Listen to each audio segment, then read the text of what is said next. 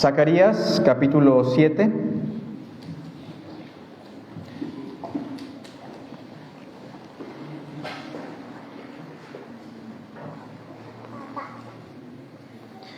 Vamos a dar lectura del verso 1 al verso 3.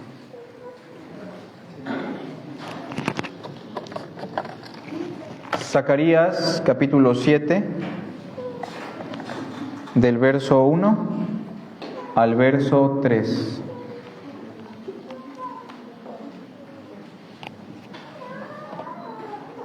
¿Lo tenemos?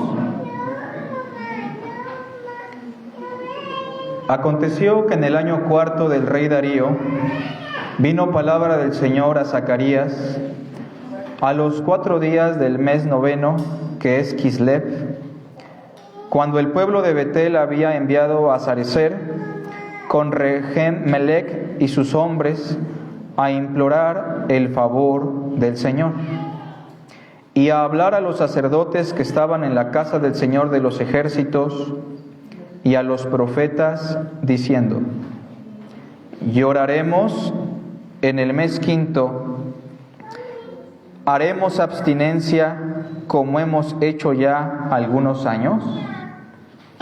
Esta porción es muy importante. Estamos hablando del 518 antes de Cristo, a 3 años de que se cumplieran las palabras del profeta Jeremías, quien profetizó que el cautiverio solo duraría 70 años. Y el pueblo de Israel está pasando por el mes noveno, que sería parte de noviembre y parte de diciembre, o sea, están pasando por el invierno y quieren iniciar las estaciones del año buscando el favor de Dios. De hecho, si usted nota con atención el versículo 2, se nos dice que el pueblo de Betel, y Betel, ustedes saben, es un lugar muy importante, porque en ese lugar se dieron encuentros entre los patriarcas con Dios. El pueblo de Betel envió una comitiva de personas a Jerusalén para implorar el favor del Señor. Así lo dice textualmente el verso 2 al final: a implorar el favor del Señor.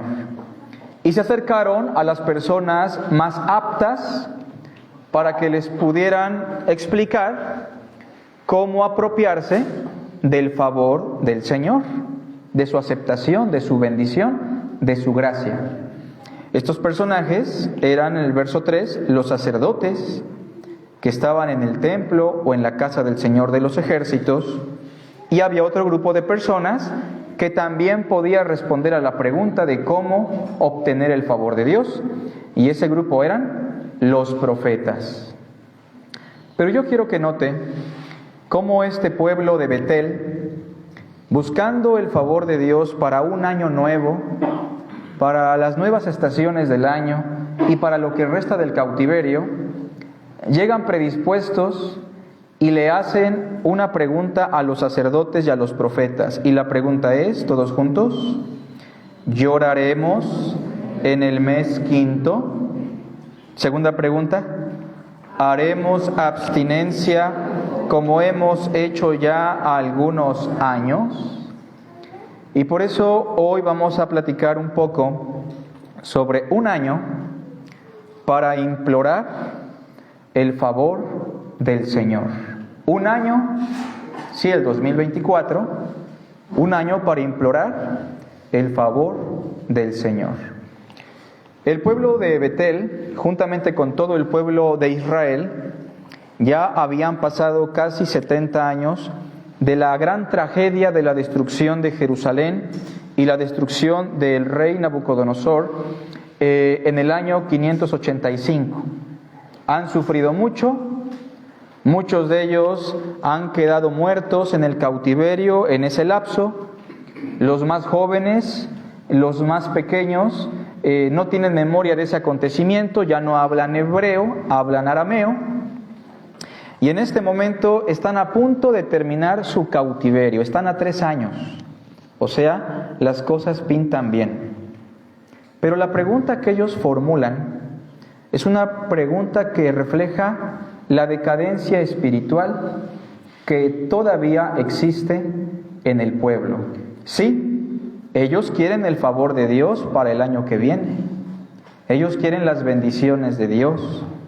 Pero hay cosas que aún tienen que cambiar en su relación con Dios. Y quiero que respondamos a una pregunta que tenemos en pantalla. ¿Qué hizo mal el pueblo al implorar el favor del Señor? ¿Qué es lo que el pueblo hizo mal? Porque lo que el pueblo hizo mal es lo que nosotros muchas veces hacemos mal cuando inicia el año y buscamos el favor o la bendición de Dios. Bueno, estas cosas que el pueblo hizo mal, vamos a tratar de explicarlas para no replicarlas en nuestra vida cristiana. Por otra parte, es muy importante, hermanos, que tengamos en cuenta algunas cosas que aparentan ser buenas. Primero, ¿estuvo bien que el pueblo de Betel se preocupara por iniciar el año buscando el favor de Dios o no?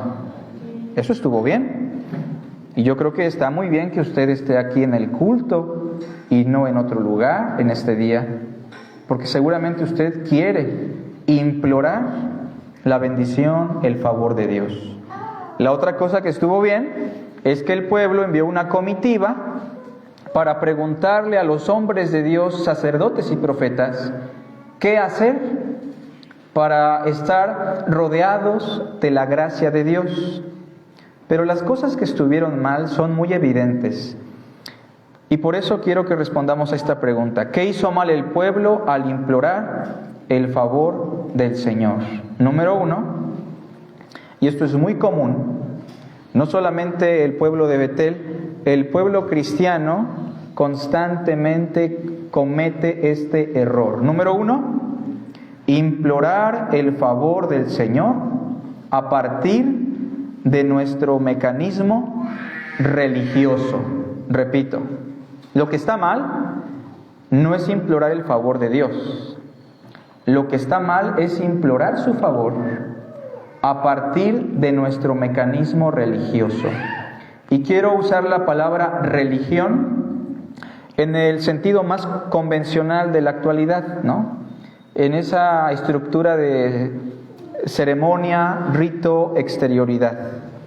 Todos nosotros tenemos una religión. Todos nosotros tenemos una estructura religiosa. Cada iglesia tiene su liturgia, su confesión de fe, su forma de gobernar la congregación. Nosotros somos de denominación bautista. En ese sentido, digamos, tenemos un mecanismo religioso. Y quiero preguntar, ¿las religiones son malas? ¿Hay alguna religión que sea mala?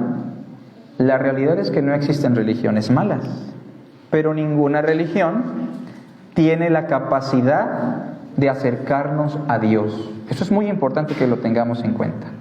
Ninguna religión, ninguna denominación es mala en sí, pero ninguna religión te puede acercar a Dios. Ahora, estas personas imploran el favor del Señor a partir de su mecanismo religioso que ellos mismos han formulado. ¿Qué habían formulado ellos según lo que leímos en el verso 3 en las preguntas? Ellos habían creado ciertos ayunos en ciertos meses con la finalidad de tener un aparato religioso que pudiera alcanzar el favor de Dios. Por ejemplo, la pregunta del verso 3 es, ¿lloraremos en el mes quinto? ¿Saben por qué ayunaban ellos en el mes quinto? Porque los rabinos y los ancianos inventaron un ayuno en el mes quinto conmemorando la destrucción del templo a manos del rey Nabucodonosor, que ocurrió precisamente en el mes quinto. O sea que ya era costumbre que en el mes quinto, en cierto día, los judíos, los israelitas, no comían, afligían sus almas y se la pasaban ayunando. También habían inventado otro ayuno en el mes séptimo, por lo que leemos en el versículo 5. habla a todo el pueblo del país y a los sacerdotes diciendo: cuando ayunasteis y llorasteis en el 5º y en el 7º mes, o sea, el 7º mes, se inventó un ayuno conmemorando la última rebelión judía, que precisamente se dio cuando mataron a Gedalías, y también ayunaban en el mes 7º porque en el Yom Kippur, el día de la expiación, hay un mandamiento que dice que los judíos tienen que estar de luto o tienen que estar lamentándose. Era un día solemne, pero nunca Dios les ordenó que no comieran. Eso fue invento del pueblo. Ahora, yo quiero preguntar, ¿está mal que una denominación, que un pueblo religioso diga, no vamos a comer para Dios? ¿Está bien o está mal? Es decir, ¿está mal que alguien diga, ¿saben qué? Para conmemorar las tragedias que hemos vivido, este día no vamos a comer, vamos a afligir nuestras almas. ¿Verdad que no está mal? Eso en sí no tiene nada de malo. O si alguien dice, para conmemorar la restauración que Dios ha hecho en nuestras vidas, vamos a comer y gozarnos, tampoco está mal. El rito, la ceremonia, la religión en sí no son malas. Aquí vamos a tocar fibras más sensibles. Lo que vemos en este pueblo es lo siguiente, inciso A. En su aparato religioso, en su mecanismo superficial para buscar la bendición de Dios, lo que nosotros podemos encontrar es predisposición. Repito, predisposición. ¿Para qué? Para apropiarse de la gracia de Dios. La pregunta no fue, ¿qué debemos hacer para estar en el favor de Dios? ¿Verdad que esa no fue la pregunta? ¿Cuál fue la pregunta? ¿Debemos ayunar? O sea, ellos no le están preguntando a los sacerdotes ni a los profetas qué es lo que quiere Dios, ¿o sí? Ellos ya están predispuestos a hacer algo porque ellos piensan que eso les va a ganar el favor de Dios.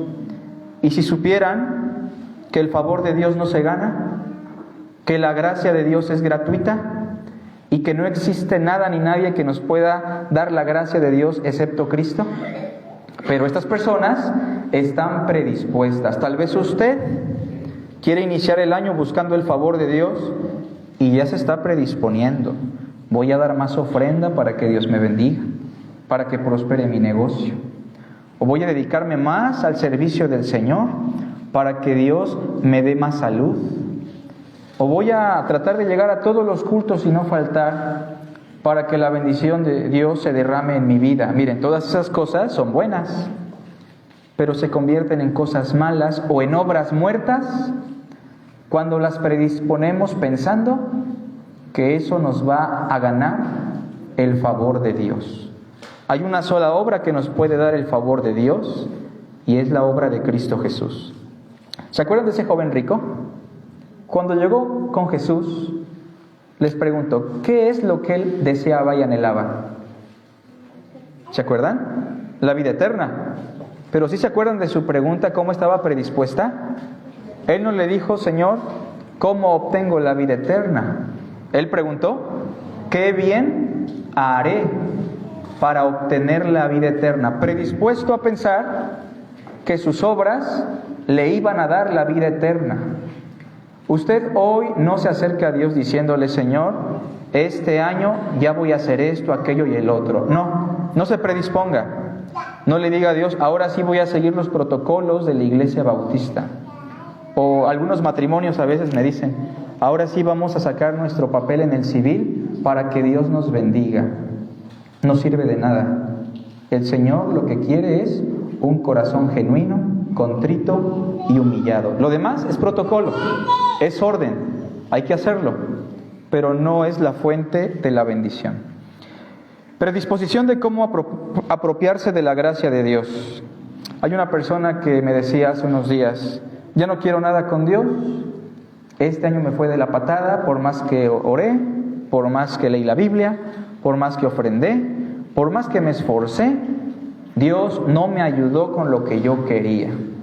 Este es un ejemplo claro de cómo confiamos en nuestro aparato religioso y no tenemos una relación sincera con Dios. ¿Ayunaremos, hermanos? otra vez, como lo hemos hecho durante muchos años? La pregunta tal vez la vamos a cambiar. ¿Seguiremos haciendo lo mismo de manera mecánica dentro de nuestros principios religiosos como lo hemos venido haciendo durante muchos años? ¿O hay cosas que se deben cambiar?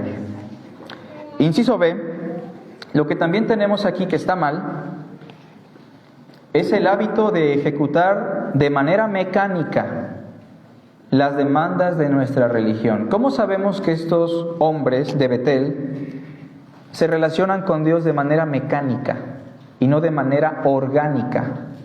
¿Quieren saber cuál es la diferencia? Miren, la diferencia entre un organismo y un aparato mecánico, ¿cuál es?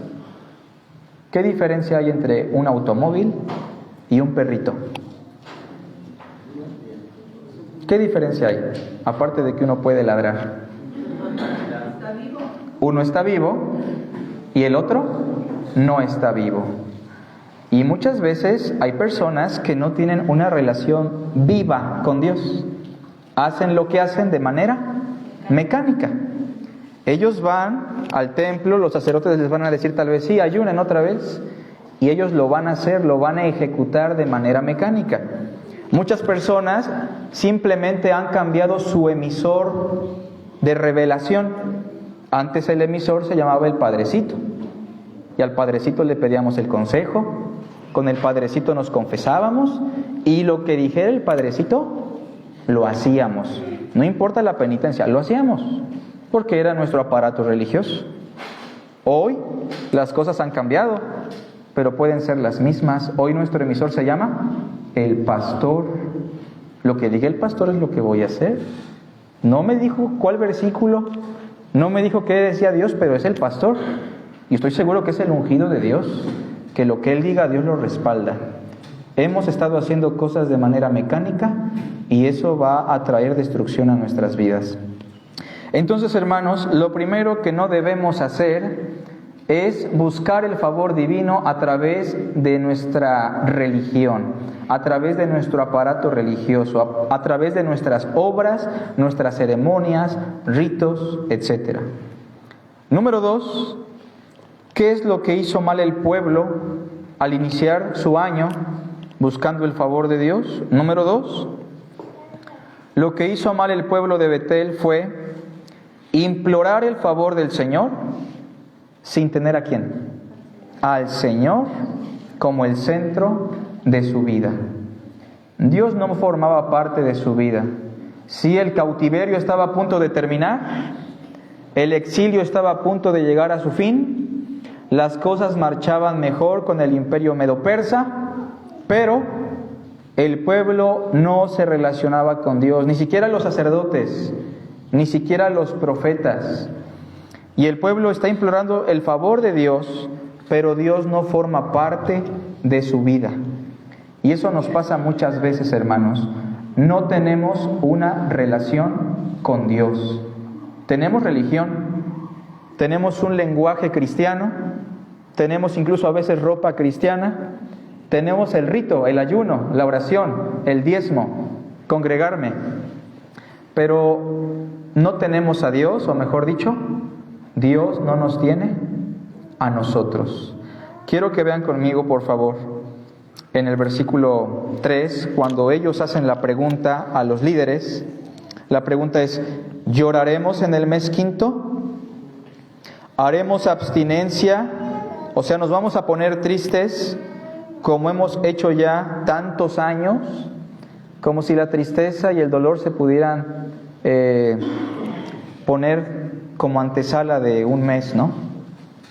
Y en el versículo 4 dice así: vino pues a mí palabra del Señor de los ejércitos, diciendo: habla a todo el pueblo del país y a los sacerdotes, ellos también forman parte del problema, y diles: cuando ayunaron y lloraron en el quinto y en el séptimo mes, estos 70 años, ¿cuál es la pregunta? ¿Habéis ayunado para mí? Y cuando coméis y bebéis, ¿no coméis y bebéis para vosotros mismos? aquí la pregunta es, ¿Dios forma parte de nuestra vida de manera real y de manera genuina? Porque muchas veces está el rito, pero no está Dios. Está la asistencia a la congregación, pero no está Dios. Está nuestra oración como mecanismo de defensa tal vez, pero no está Dios. Está un comportamiento a la manera de protocolo en nuestro año, pero no está Dios en medio de eso. Miren, aquí encontramos dos situaciones importantes. Inciso A, no se consideró a Dios ¿en qué momento? En el dolor. Ellos sufrieron, el templo fue destruido, las mujeres fueron violadas, los jóvenes fueron asesinados, están cautivos lejos de su tierra, ahora están tratando de regresar, las cosas pintan mejor, pero no consideraron a Dios en su dolor porque su dolor fue ficticio. Sí sufrieron, pero después ese dolor lo hicieron de manera mecánica, lo hicieron de manera falsa, no era un dolor genuino y Dios no estaba presente. Muchas veces nosotros en el año sufrimos.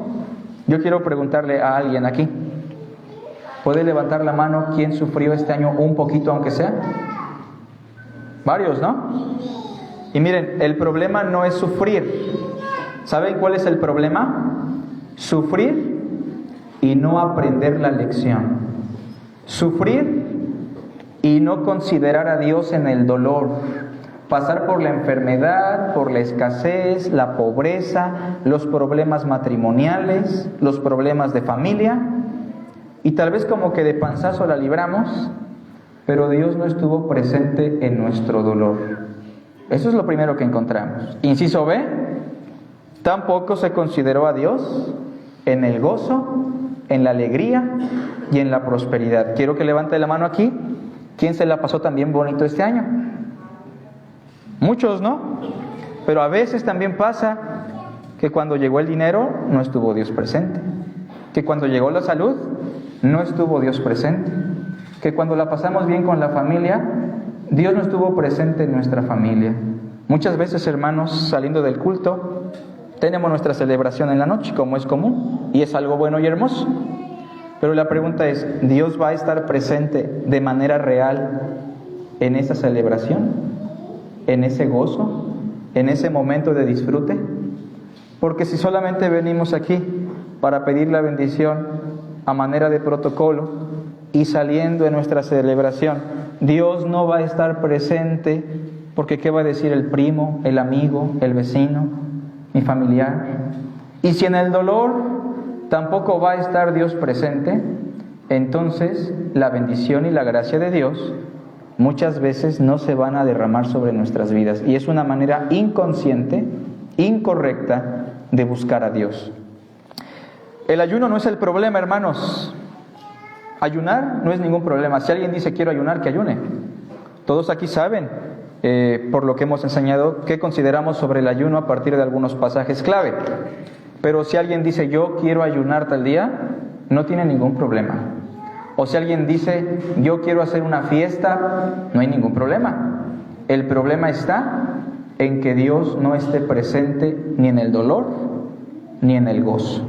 Esa es la segunda cosa que debemos considerar. ¿Usted puso a Dios como el centro de su vida en esa etapa de dolor?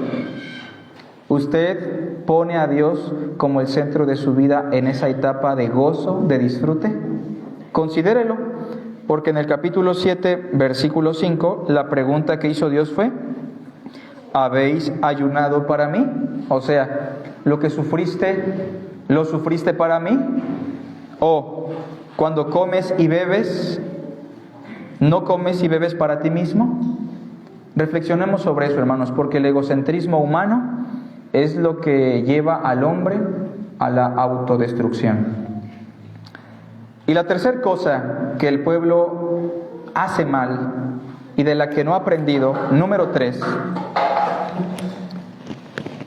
es implorar el favor del Señor sin considerar ¿qué? Su palabra. Repito, sin considerar su palabra. Ayer una persona me decía, tengo que tomar una decisión para el año que entra. Y estoy orando a Dios para que Él me muestre qué hacer. Y yo le preguntaba, ¿y qué te ha venido de parte de Dios? ¿Qué te ha dicho Dios? La persona me decía, bueno, ya le pedí consejo a otra persona, ya le pedí consejo a otro pastor, y estamos esperando que Dios abra puertas y que Dios cierre puertas. Y hago una pregunta, ¿no a veces Dios permite que se abra la puerta mala? ¿Y será esa la voz de Dios? ¿El hecho de que se permitió lo que yo estaba buscando? No. A veces el jovencito dice, voy a orar para que la chica que no conoce a Cristo empiece a ir a la iglesia, y esa va a ser la señal de que me voy a relacionar con ella. ¿Y a veces viene a la iglesia? A veces sí. A veces hasta toma el discipulado y empieza a tener interacción con los demás. ¿Es signo de que Dios abrió puertas? No precisamente. La voz de Dios, la verdad de Dios, el consejo de Dios y su respuesta la vamos a encontrar ¿en dónde? En su palabra, a la ley y al testimonio. Si no se habla conforme a eso, es porque no les ha amanecido. La palabra de Dios debe ser la respuesta, hermanos. Y usted debe estar convencido de qué decisión va a tomar siempre a partir de lo que Dios dice. Pero el pueblo cree que es más fácil ofrecer el rito. Porque ¿qué es más fácil, hermanos? ¿Irme a confesar con el pastor y el padrecito o considerar la palabra? ¿Qué es más fácil? ¿Qué es más fácil? ¿Decirle al pastor, voy a diezmar y ayunar todo este año? ¿O considerar lo que dice Dios en su palabra? Es más fácil el rito, ¿no? ¿Qué es más fácil? Decir, me voy a congregar sin falta alguna. ¿O es más fácil obedecer lo que Dios dice sobre el amor, la justicia, la misericordia? ¿Sabe por qué se inventó la religión? La inventamos los seres humanos como un medio para escapar de Dios. Por eso hay tantas religiones. ¿Sabía que en todas partes hay religiones? Y la gente podría decir, es que la gente busca a Dios a su manera. ¿No es verdad? Romanos 1 dice que el mundo escapa de Dios y que el Dios verdadero está accesible, de modo que no tienen excusa. Las religiones las hemos inventado nosotros. Vuelvo a reiterar, no son malas. En sí no son malas. Nosotros tenemos un tipo de religión, ¿o no? El problema aquí es, hermanos, que ignoramos lo que Dios dice. ¿Dios ha hablado o no? Miren el amor de Dios, que Dios se ha dado a conocer. No está lejos de cada uno de nosotros. La premisa más importante de la bibliología es esta: que Dios se ha revelado, que Dios habló. ¿Y habló para ser entendido, sí o no? ¿O es difícil entenderlo? Habló para ser entendido. Sí hay dificultad, pero se puede entender. Dios habló e irrumpió en la historia de la humanidad. No nos habla en lenguajes extraños o en contextos fuera de nuestro mundo. Habló en contextos históricos. Y Dios habló sin contradecirse. Eso significa que lo que Dios dice es claro y no puede ser contradecido ni por su propia palabra. Y yo quiero que vean los textos que vienen, por favor. Verso 13, capítulo 7, versículo 7. ¿Lo tenemos? El profeta recibe de Dios la palabra y dice: ¿no son estas las palabras que proclamó el Señor por medio de los profetas primeros? ¿Sabe usted quiénes eran los profetas primeros? Mire, nosotros los dividimos como profetas mayores y menores, y eso a partir del volumen de cada libro, ¿no? Pero en el judaísmo los profetas se dividen entre profetas anteriores y posteriores. ¿Anteriores a qué? Al cautiverio. Lo que está diciendo el profeta aquí es, a ver, ¿no son estas palabras las que proclamó el Señor por medio de Isaías, Jeremías y los profetas que estaban antes del cautiverio? Cuando Jerusalén estaba habitada y tranquila, y sus ciudades en sus alrededores, y el Negev, que era un desierto, y la Cefela estaban también habitados. O sea, las mismas palabras que Dios les quiere hablar hoy, está diciendo, fueron las mismas que Dios habló de antaño, cuando Jerusalén no estaba sufriendo, cuando el pueblo estaba lleno de prosperidad. 8. Y vino palabra del Señor a Zacarías diciendo: así habló el Señor de los ejércitos diciendo. Noten eso, así habló.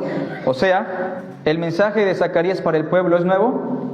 No, es el mensaje de siempre. Hoy el hermano Carlos no le va a dar un mensaje diferente, va a ser el mensaje de siempre. Y noten lo que dice: juzgad conforme a la verdad. Algunas Biblias traducen: juzguen con juicio verdadero. Y haced amor, algunas Biblias traducen amor, y piedad cada cual con su hermano. No opriman a la viuda, al huérfano, al extranjero, ni al pobre, ni ninguno piense mal en su corazón contra su hermano. Pregunto, ¿desde cuándo Dios dice eso? Basta con leer lo que dice la ley de Moisés, ¿no? ¿Qué dice la ley de Moisés? No le hagas mal a la viuda, al huérfano, al extranjero, juzguen con verdad, ama a tu prójimo como a ti mismo, sean misericordiosos. Es el mensaje de siempre. Versículo 11, pero no quisieron escuchar. ¿Por qué no quisieron escuchar, hermanos? Porque es más fácil poner en el altar de los sacrificios nuestra religión. Aquí está mi ofrendita, Señor. No vine a la iglesia en todo el año.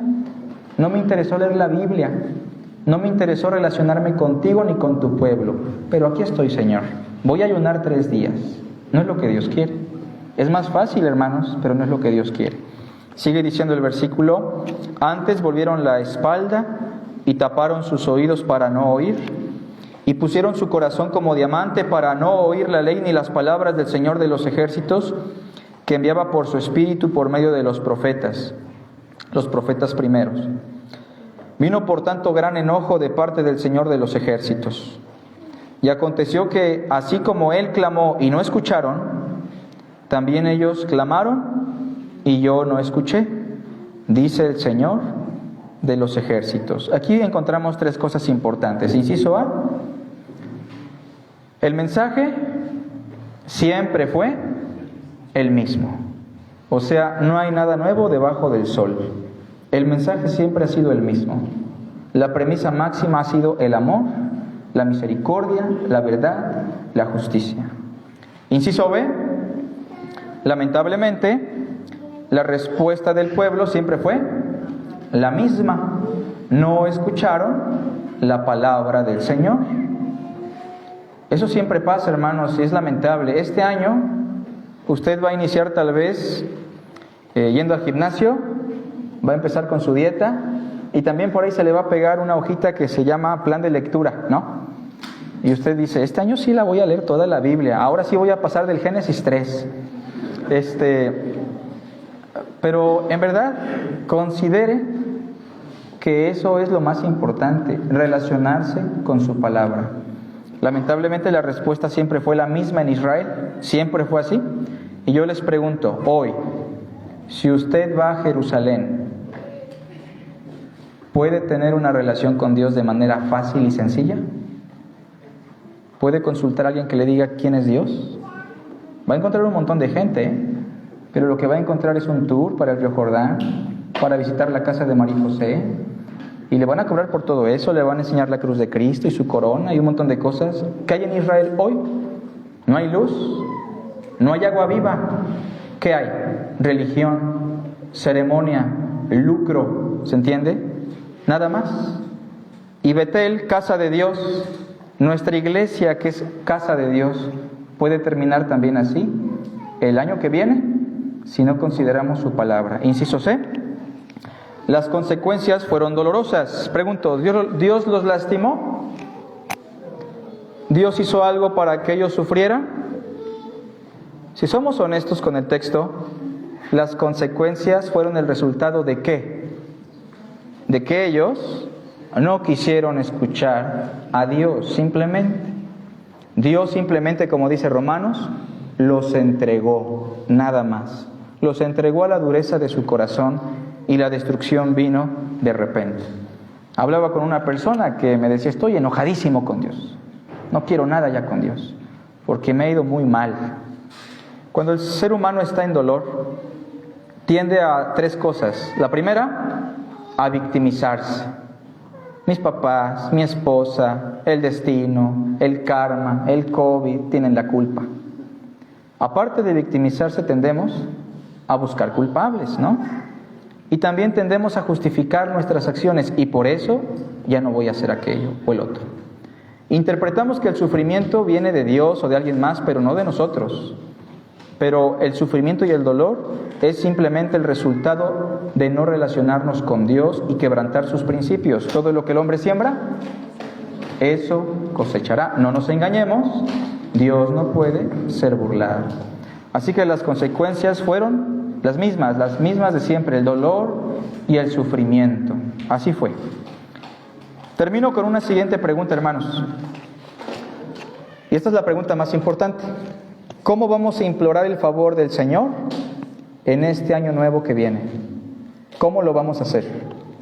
Yo rescato 3 principios de esta reflexión de Zacarías. Número 1, implorar su favor a partir de una relación genuina con Cristo. Para usted, ¿quién es Cristo? Tal vez nada más es la etiqueta que le puso al coche atrás, o tal vez es la fórmula mágica que menciona después de los alimentos o antes de dormir. Para muchas personas el nombre de Jesús es simplemente como un tipo de conjuro para sacar a los demonios, sanar enfermos y realizar hazañas. Pero más que un título, pensemos en la persona. Jesús de Nazaret, el hijo del carpintero, el Hijo de Dios, el Salvador, el eterno Dios que creó el universo. Él está interesado en relacionarse con usted. Él realmente quiere conocerlo y que usted lo conozca. Jesús es principalmente el hombre que rompió con los paradigmas de la religión de su época. Comió con publicanos, pecadores, rameras, no se sujetó a los parámetros del mecanismo religioso de entonces. Y Jesucristo se interesó más en una sola cosa, en que el ser humano se pudiera relacionar con Dios a través de Él. Alguna vez le dijeron a Jesús, ¿cuáles son las obras que debemos poner en práctica para acercarnos a Dios? ¿Saben qué respondió Jesús? La obra de Dios es que crean en el que Él ha enviado. Yo soy el pan vivo que descendió del cielo. El que de mí come, nunca tendrá hambre. Y el que de mí bebe, no tendrá sed jamás. Él no está interesado en que usted hable como cristiano, en que usted asista a una congregación cristiana, en que usted cambie su vestimenta, en que usted ayune, en que usted ore mucho. Lo que más le interesa a Cristo, ¿sabe qué es? Que conozca a Dios a través de Él. Jesús dijo, esta es la vida eterna, que te conozcan a ti, el único Dios verdadero, y a Jesucristo, a quien tú has enviado. Quiero preguntarle, ¿usted tiene una relación con el Hijo de Dios? ¿O tiene un mecanismo religioso que gira alrededor de Él? Porque si vamos a iniciar el año, es importante que hoy usted le diga con honestidad, Señor, yo te quiero conocer. Yo tal vez crecí en esta religión, a mí me han traído, me han invitado, pero no sé quién eres. Y yo quiero saber quién eres tú y quién es Dios el Padre. Quiero relacionarme contigo. ¿Y sabe qué? Jesús dijo, el que a mí viene, yo no le echo fuera. Jesús está interesado en que usted lo pueda conocer. Así inicia el año y busque la gracia de Dios diciéndole al Padre, Señor, no tengo nada que ofrecerte, pero te pido que me ayudes, que me bendigas, que tu favor esté conmigo este año, no por mí, sino por lo que hizo tu Hijo Jesús. Te lo pido en el nombre de Jesús. O como diría Hebreos, porque si la sangre de los toros y los machos cabríos santifican el cuerpo ceremonialmente, cuánto más la sangre de Cristo, el cual mediante el Espíritu Eterno se ofreció a sí mismo a Dios, limpiará nuestras conciencias de obras muertas para que sirvamos al Dios que vive. Dios quiere que tenga una relación viva. ¿Sabe qué es la salvación? una relación con Dios. ¿Cómo define la salvación desde el inicio el Génesis? Dios se paseaba en el huerto. Enoc caminaba con Dios. Abraham, amigo de Dios. Ninguna persona que está con Dios llegó a ese estado de gloria a través de seguir ritos. Nadie. Martín Lutero, el famoso reformador, se llegó a frustrar cuando se percató que ni su religión, ni sus sacramentos, ni su confesión le daban libertad y una relación con Dios. Hasta que alguien le dijo: tienes que leer tal libro, eso va a ser parte de tu proceso académico, y escuchó la voz de Dios que decía: justificados pues por la fe, tenemos paz para con Dios por medio de nuestro Señor Jesucristo. Hace 8 días tuvimos una presentación muy bonita que se llamaba El Mejor Regalo. Y el énfasis de este canto es que el mejor regalo es Cristo. La mayor expresión de amor es el Hijo de Dios, que Dios envió a su Hijo al mundo por amor, para que todo aquel que en Él crea, eso, no para que todo aquel que le dé su diezmo, su ayuno, digo, no son cosas malas, pero lo que le interesa a Dios es relacionarnos por medio de la fe.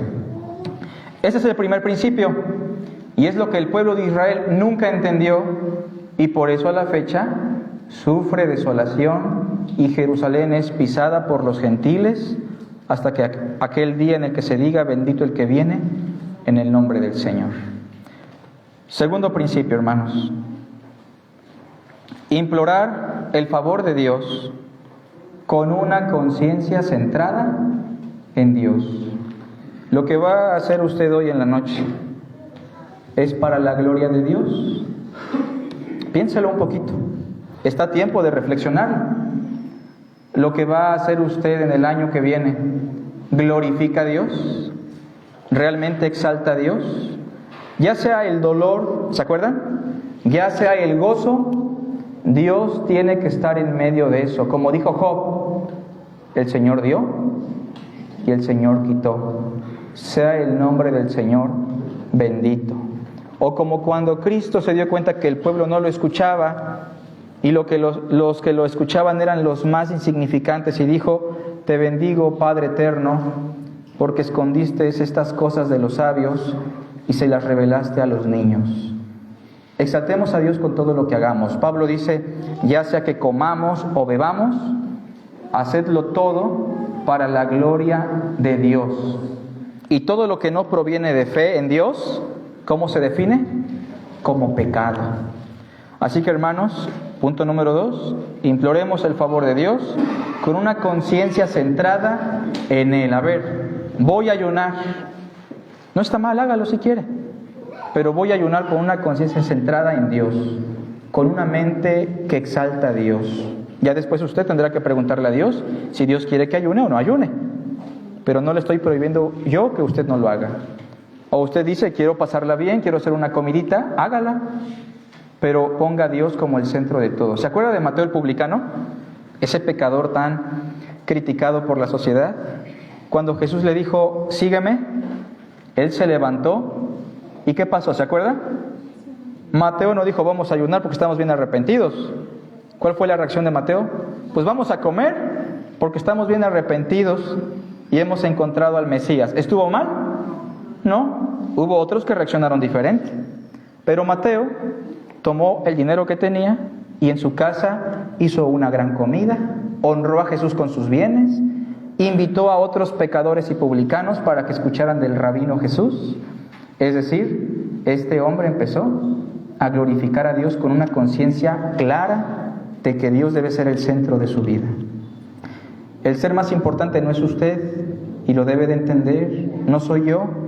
La vida es muy frágil, Dios nos humilla fácil. Por eso debemos exaltarlo, porque Él es el eterno, el innombrable, que tiene todo el poder para que nosotros le demos la gloria. Y termino, número 3. Básicamente es el contraste de lo que no hicieron los judíos en tiempos de Zacarías. Implorar su favor a partir de lo que demanda su palabra. ¿Y qué demanda su palabra, hermanos? Vean conmigo el capítulo 7, verso 9. Así habló el Señor de los ejércitos diciendo, todos juntos, juzgad conforme a la verdad. Inciso A, lo que Dios pide es justicia. Todos aquí tenemos que reflexionar si en el año hemos hecho justicia. Esta palabra justicia tiene que ver con equidad, con integridad, con escuchar un asunto y tratarlo con justicia, con integridad. ¿Cómo ha sido nuestro comportamiento en este año que pasó? ¿Cuántos engaños existieron en nuestro trabajo y nosotros participamos? ¿Cuántas oportunidades de lucrar con algo que no debimos lucrar y lo hicimos? ¿O cuántas veces hemos actuado como injustos? No es ningún problema que usted haya pecado. Juan dice, Dios no quiere que ustedes pequen, pero si alguno ha pecado, abogado tenemos para con el Padre. Pero es hora de que usted y yo vivamos en justicia, en rectitud, y seamos honestos, transparentes delante de Dios y delante de los hombres. No hay justo ni aun uno, es verdad, pero Dios quiere que tratemos de vivir en justicia. ¿Qué dice el texto 9? Haced misericordia y piedad cada cual con su hermano. Inciso B, misericordia. En el año tuvimos tiempo para reflexionar sobre la misericordia porque muchos hermanos la pasaron mal, muchos hermanos se enfermaron, otros hermanos tuvieron escasez y muchos de nosotros fallamos. Algunos hermanos se dieron cuenta y nos hicieron ver los errores, otros se dieron cuenta por ellos mismos y pudieron rectificar. Pero quiero preguntarle, ¿su corazón, cardio, se ha identificado con la miseria del hermano, del prójimo? Traiga a la mente usted a los hermanos que se lastimaron, que se enfermaron, que perdieron un familiar, que sufrieron de algo. ¿Su corazón se identificó con esa miseria? ¿Usted lo visitó? ¿Usted le habló? ¿Usted le apoyó? Porque la misericordia es otra cosa que Dios espera de nosotros para este año. Inciso C, y la virtud más importante de todas, amor. Les he dicho que el poder más grande es el amor. No existe un poder más grande en este mundo o en el universo que el amor. Las otras virtudes un día desaparecerán, como es la fe, la esperanza, pero el amor es mayor. No solo porque Dios es amor, sino porque el amor es la síntesis de todas las otras virtudes. El que ama es misericordioso, ¿o no? El que ama es justo, el que ama es bondadoso, el que ama es honesto. Y hay textos que definen el amor de una manera muy exacta, como que el amor cubrirá multitud de pecados. Y si usted ama, usted va a ser capaz de perdonar. ¿Pero qué es el amor? Primero, Dios nos manda a amar, ¿sí o no? Entonces, ¿el amor qué es? Una decisión. Si Dios lo ordena, es porque nosotros tenemos la opción de decidir amar o no amar. No es un sentimiento, entonces. Usted se puede ir con un sentimiento hoy por la predicación o al rato por la charla que tenga en Año Nuevo con su familia. Pero el amor no solo es un sentimiento, el amor es una decisión porque Dios ha mandado amarnos los unos a los otros. ¿Y en qué consiste ese amor? Es la decisión de entregarnos como Cristo se entregó los unos por los otros. O sea, yo tengo que entregarme por mi esposa como Cristo se entregó por nosotros. Yo tengo que entregarme por mis hermanos como Cristo se entregó por ellos. Es decir, el amor es decidir invertir la vida en alguien más para que ese alguien llegue a obtener los beneficios de Dios, llegue a ser conformado a la imagen de Cristo. Quiero que tomemos un minuto para orar, hermanos, ahí en nuestro lugar. Y aproveche estos minutos para hablar con Dios y decirle a Dios: Señor, necesito que tú me ayudes en este año a ser diferente. Necesito que tú me ayudes a escuchar tu palabra, a ser genuino y dejar atrás todo ese mecanismo ceremonial que me estorba para acercarme a ti. Oremos. Padre nuestro, Hoy nos acercamos a ti, pidiendo perdón, Señor, por todas nuestras faltas, suplicando, Señor, que tú tengas misericordia como siempre lo has hecho de nosotros. No tenemos nada que ofrecerte, solo Cristo, Señor, es lo único que tenemos y que tú nos has dado para poder rogar. Hoy, Señor, yo te pido perdón como esposo, hijo, pastor, hermano, amigo, y te ruego, Señor, que me conformes más a la imagen de tu Hijo. Y lo mismo te pido por todos mis hermanos, hermanas. Ten misericordia, Señor. Tomemos unos segundos para orar en nuestro lugar.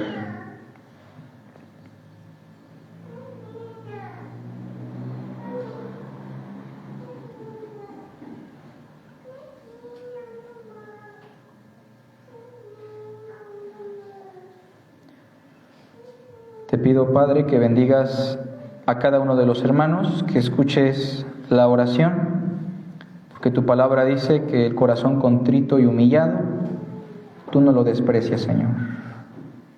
También nuestro Maestro ha dicho, misericordia quiero y no sacrificio. Padre Santo, llévanos con bien y permite que en el gozo de este día podamos glorificarte. Te damos la honra y la gloria en Cristo Jesús. Amén. Que Dios les bendiga, hermanos. Feliz año.